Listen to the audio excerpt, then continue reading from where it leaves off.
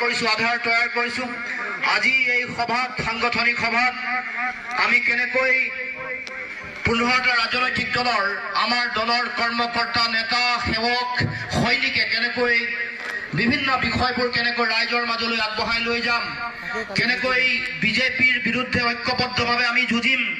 বিজেপিয়ে অসমৰ সমাজ জীৱনক বিশ্বাসঘাতকতা প্ৰবঞ্চনা কৰিলে, অসমৰ সমাজ জীৱনক সংকটৰ মাজলৈ ঠেলি দিলে, অসমৰ সমাজ জীৱন, জাতীয় জীৱনক যি ৰাম ঠগন দিলে, তাৰ বিৰুদ্ধে জনতাক কেনেকৈ উদ্বুদ্ধ কৰিম, উজ্জীৱিত কৰিম, কেনেকৈ তেওঁলোকৰ বিৰুদ্ধে শক্তিশালীভাৱে আগবঢ়াই লৈ যাবৰ কাৰণে আমাৰ কি দায়িত্ব, কৰ্তব্য থাকিব, তাৰ কাৰণে সেই বিষয়সমূহ আৰু কোন কোন মূল বিষয়, জাতীয় বিষয় কোনবোৰ আছে, মানুহৰ মৌলিক কোনবোৰ বিষয় আছে, সেইবোৰক কেনেকৈ আগবঢ়াই লৈ যাম, সেই সম্পৰ্কত আমি আজি এই সাংগঠনিক সভাত বিস্তৃতভাৱে আলোচনা কৰিম। গতিকে কেইবাগৰাকীও বক্তা ইয়াত থাকিব।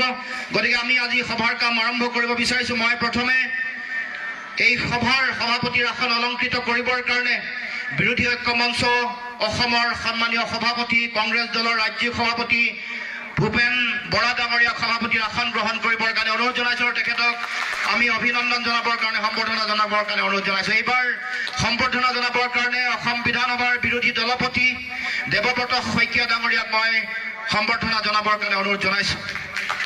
তাৰ লগে লগে আমি এইবাৰ সম্বৰ্ধনা জনাবৰ কাৰণে অনুৰোধ জনাইছোঁ ডিব্ৰুগড় লোকসভা সমষ্টিৰ প্ৰাক্তন সাংসদ, কেন্দ্ৰীয় মন্ত্ৰী, আপোনালোকৰ সকলোৰে চিনাকি মৰমৰ পৱন সিং ঘাটোৱাৰ ডাঙৰীয়াক, তেখেতক মই সম্বৰ্ধনা জনাবৰ কাৰণে অনুৰোধ জনাইছোঁ। তৃণমূল কংগ্ৰেছ দলৰ সন্মানীয় সভাপতি ৰিপুণ বৰা ডাঙৰীয়াক মই সম্বৰ্ধনা জনাবৰ কাৰণে অনুৰোধ জনাইছোঁ। ৰাইজৰ দলৰ কাৰ্যকৰী সভাপতি ভাস্পতি শইকীয়াক মই সম্বৰ্ধনা জনাবৰ কাৰণে অনুৰোধ জনাইছোঁ। আপৰ সন্মানীয় সভাপতি ডক্টৰ ভৱেন চৌধুৰী, তেখেতক মই সম্বৰ্ধনা জনাবৰ কাৰণে অনুৰোধ জনাইছোঁ। CPIML দলৰ ৰাজ্যিক সম্পাদক বিবেক দাস ডাঙৰীয়াক সম্বৰ্ধনা জনাবৰ কাৰণে মই অনুৰোধ জনাইছোঁ। CPI দলৰ সন্মানীয় ৰাজ্যিক সম্পাদক কনক গগৈ ডাঙৰীয়াক মই সম্বৰ্ধনা জনাবৰ কাৰণে অনুৰোধ জনাইছোঁ। শিৱসেনাৰ সন্মানীয় সভাপতি ৰাম নাৰায়ণ সিং, তেখেতক মই সম্বৰ্ধনা জনাবৰ কাৰণে অনুৰোধ জনাইছোঁ। জনতা দল ইউনাইটেডৰ অসমৰ সভাপতি, ৰাজ্যিক সভাপতি পৰেশ নাথ ডাঙৰীয়াক সম্বৰ্ধনা জনাবৰ কাৰণে অনুৰোধ জনাইছোঁ। CPM দলৰ সন্মানীয় ইছফাকুৰ ৰহমান ডাঙৰীয়াক মই সম্বৰ্ধনা জনাবৰ কাৰণে অনুৰোধ জনাইছোঁ। তাৰ লগে লগে CPIM দলৰ সন্মানীয় বিধায়ক মনোৰঞ্জন তালুকদাৰ ডাঙৰীয়াক সম্বৰ্ধনা জনাবৰ কাৰণে অনুৰোধ জনাইছোঁ। এইবাৰ বিধানসভাৰ বিৰোধী উপদলপতি প্ৰাক্তন মন্ত্ৰী ৰকিবুল হুছেইন ডাঙৰীয়াক মই সম্বৰ্ধনা জনাবৰ কাৰণে আহ্বান জনাইছোঁ। সন্মানীয় সাংসদ আব্দুল খালেক ডাঙৰীয়াক মই সম্বৰ্ধনা জনাবৰ কাৰণে অনুৰোধ জনাইছোঁ। আমি অসম জাতীয় পৰিষদৰ ভাৰপ্ৰাপ্ত সাধাৰণ সম্পাদক বাণী দাস ডাঙৰীয়াক সম্বৰ্ধনা জনাবৰ কাৰণে অনুৰোধ জনাইছোঁ।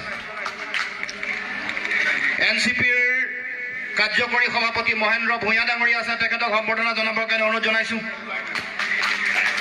কংগ্ৰেছৰ কাৰ্যকৰী সভাপতি ৰাণা গোস্বামী ডাঙৰীয়া আছে, তেখেতক সম্বৰ্ধনা জনাবৰ কাৰণে অনুৰোধ জনাইছোঁ। জাকিৰ হুছেইন সিকদাৰ ডাঙৰীয়া আছে, তেখেতক সম্বৰ্ধনা জনাবৰ কাৰণে অনুৰোধ জনাইছোঁ। প্ৰাক্তন মন্ত্ৰী আমাৰ সকলোৰে চিনাকি ডিব্ৰুগড় জিলাৰ প্ৰণতি ফুকন ডাঙৰীয়া বাইদেউক মই সম্বৰ্ধনা জনাবৰ কাৰণে মই অনুৰোধ জনাইছোঁ। অল ইণ্ডিয়া ফৰৱাৰ্ড ব্লকৰ সাধাৰণ সম্পাদক হোমেন বৰগোহাঁই ডাঙৰীয়া আছে, তেখেতক মই সম্বৰ্ধনা জনাবৰ কাৰণে অনুৰোধ জনাইছোঁ। ৰাষ্ট্ৰীয় জনতা দল RJDৰ